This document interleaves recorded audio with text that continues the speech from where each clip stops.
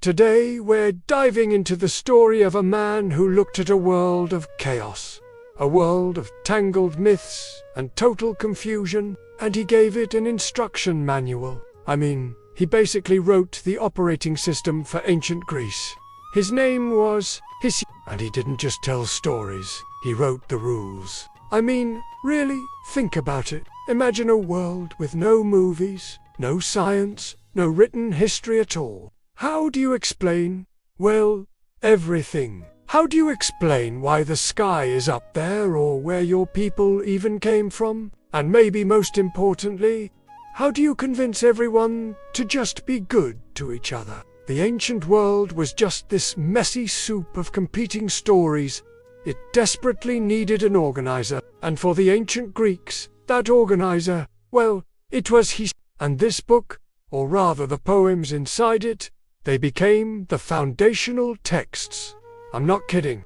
They were like the encyclopedia, the Bible, and a self-help guide all rolled into one powerful package. So who was this guy who wakes up one day and decides, you know what, I'm gonna write the rule book for the entire cosmos? Well, get this. He wasn't a king. He wasn't some high priest. He was a farmer, a shepherd from some small village out in the Greek countryside. And he looked around and saw that all the stories, the stories about the gods, the rules for how to live, they were just all over the place, totally scattered, often contradicting each other, all just passed down by word of mouth. So he had this revolutionary idea. He decided to do something nobody had ever really done before. He was going to write it all down, put it in order, and create one single coherent system for everybody. And where do you even start with a project like that? Well, he started at the very beginning. Not with us, not with people, but with the gods. His first huge work was called and the name says it all, really. It literally means the birth of the gods. It's basically a divine family tree.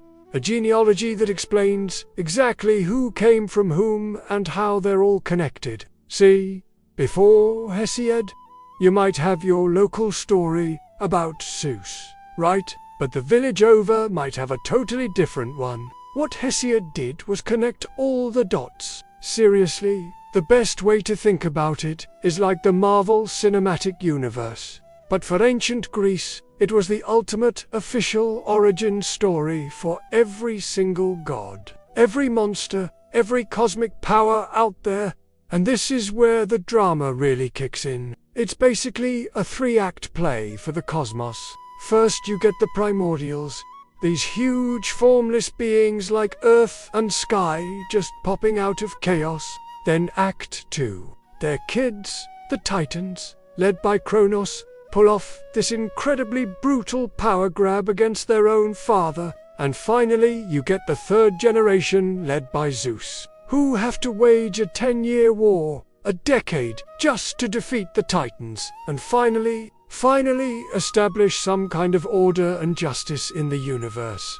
It's epic stuff. And for the Greeks, this wasn't just some fun bedtime story. Look at this. When you see an actual piece of an ancient manuscript, you can almost feel the weight of it. The theogony became the accepted truth. It was their physics, it was their theology. It was the final word on why the world worked the way it did, and why Zeus, the god of justice, was the one calling the shots. But believe it or not, Hesiod wasn't done. After he mapped out the entire divine realm, he brought his focus back down from the heavens, from right down to earth. His next big poem is called Works and Days, and it's a totally different vibe.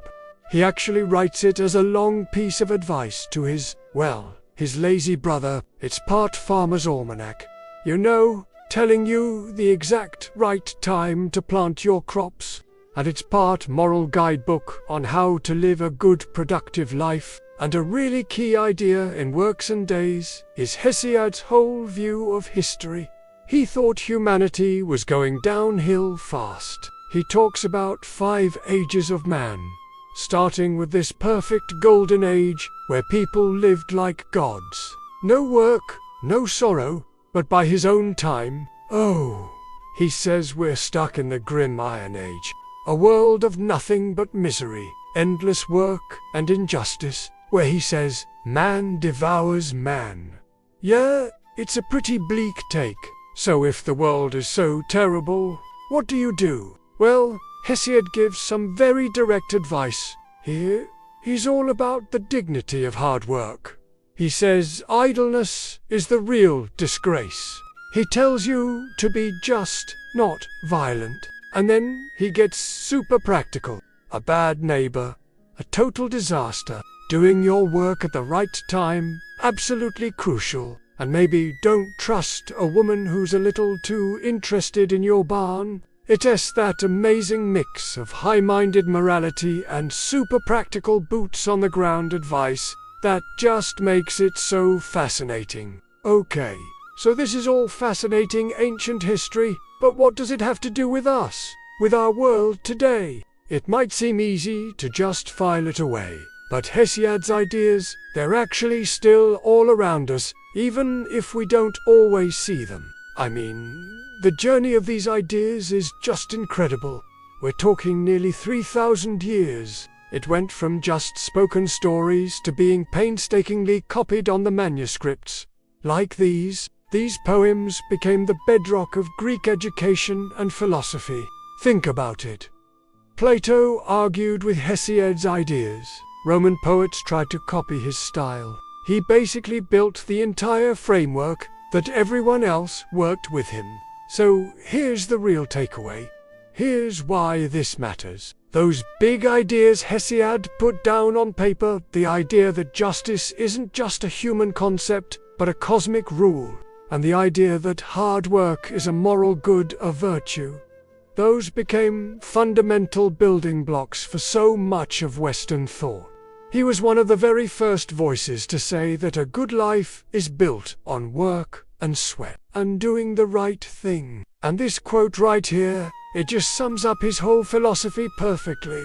Virtue, a good life, it's not something that just falls in your lap. It isn't a gift. For Hesiod, you have to earn it. You have to earn it through sweat.